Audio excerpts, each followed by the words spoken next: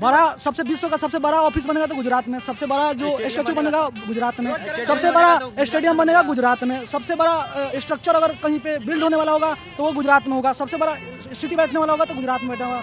बिहार में केवल लोगों को तोड़ के रखा है, मजदूर और यहाँ पे लड़ाने के लिए एकदम जो होता है ना नेता, खुद नेता जो आतुर होते। पूरी दुनिया डेवलप हो रही है, पूरी इंडिया डेवलप हो रही है। यहाँ पे जब प्राइम मिनिस्टर आते हैं तो यहाँ पे रोजगार की बातें नहीं करते, पलायन के ऊपर बातें नहीं करते। यहाँ प्राइम मिनिस्टर बोलते हैं कि यहाँ के युवा रील्स बना करके लाखों कमा रहे हैं। इसके बारे में बिहार की जनता कब सोचेगी कि जो सरकार है ये हमारे साथ सौतेला व्यवहार करती है। सभी कहते हैं बिहार एक पिछड़ा राज्य है, पिछड़ा राज्य है, लेकिन इसके जिम्मेदार कौन है? कभी आपने सोचा इसके बारे में?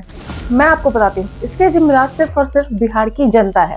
अगर बिहार में एक तरफ बाहुबली चुनाव लड़ रहा है और एक तरफ एजुकेटेड पर्सन, चाहे वो डॉक्टर हो, टीचर हो या फिर कोई बहुत एजुकेटेड पर्सन चुनाव लड़ रहा हो, तो बिहार की जनता किसको वोट देती है? उस बाहुबली को। एक तरफ एक गांव में यादव कम्युनिटी के लोग रहते हैं, वहां पे कोई राजपूत खड़ा हो जाएगा, फिर दूसरे कास्ट का कोई प्रत्याशी खड़ा हो जाएगा तो वहां की जनता यादव को ही वोट देगी, राजपूत को कभी वोट नहीं देगी या फिर दूसरे कास्ट को कभी वोट नहीं देगी। तीसरी सबसे बड़ी बात, बिहार की जनता ये जानती है कि ये इंसान हमारे लिए बहुत अच्छा काम कर सकता है, लेकिन ये उनको वोट नहीं देगी क्योंकि ये उनके पार्टी से बिलोंग नहीं करते हैं जिनको ये पसंद करते हैं। आप इस वीडियो को देखिए।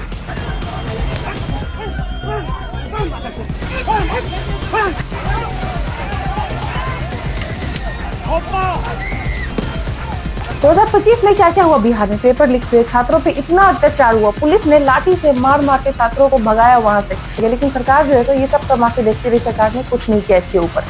बिहार का हेल्थ केयर सिस्टम, आप खुद से देखिए कि क्या सिचुएशन है बिहार के हेल्थ केयर सिस्टम की, गवर्नमेंट हॉस्पिटल की, आप खुद देखिए। ये आईसीयू मिथिला क्षेत्र का सबसे बड़ा अस्पताल माना जाता है डीएमसीएच। हालत आप देख लीजिए, ऐसा लग रहा है इससे 18वीं सदी में किसी अस्पताल में आ गए हो। और आईसीयू वार्ड का ये हाल है कि देखिए, मुझे लगता है ये देखिए धागे के सहारे लटका हुआ है, देखिए। और देखिए यहाँ पेशेंट तड़प रहा है, बाहर वो डॉक्टर को ढूंढ रहे हैं।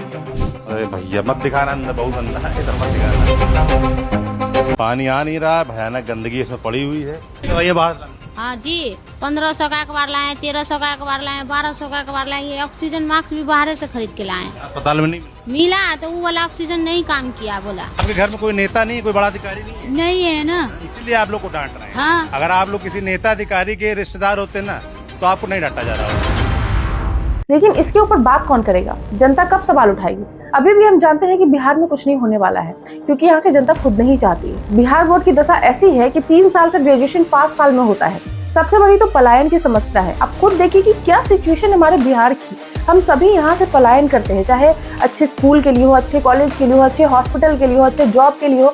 हम कभी भी बिहार में रहना नहीं चाहते। इन सब चीजों के लिए हम बिहार से बाहर जाते हैं क्योंकि ये सारी चीजें बिहार में अवेलेबल नहीं है।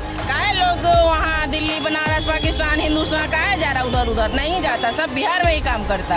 मेरी माँ का तबीयत खराब है, हम बिहार आ सकते हैं। कब तक राम मंदिर के नाम पे वोट देते रहोगे? आप पलायन के लिए दूसरे राज्य जाओगे, आपको यहाँ पे बिहारी करके धक्का दिया जाएगा। यदि फैक्ट्री रहता तो हम लोग उसमें काम कर लेते। मन तो नहीं लगता है, वापस आ गए।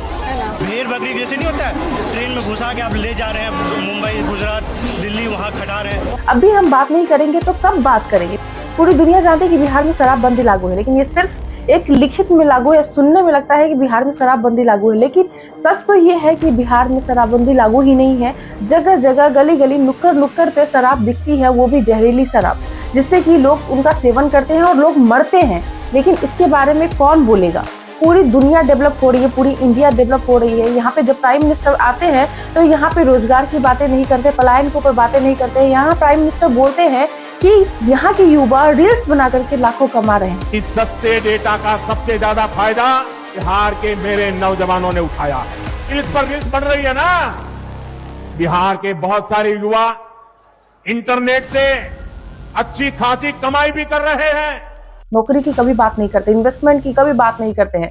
गुजरात में इतने सारे डेवलपमेंट हो रहे, स्मार्ट सिटी बन रही है, वहाँ पे इन्वेस्टमेंट होता है, फॉरेन कंपनीज आती है, लेकिन बिहार में क्या आता है?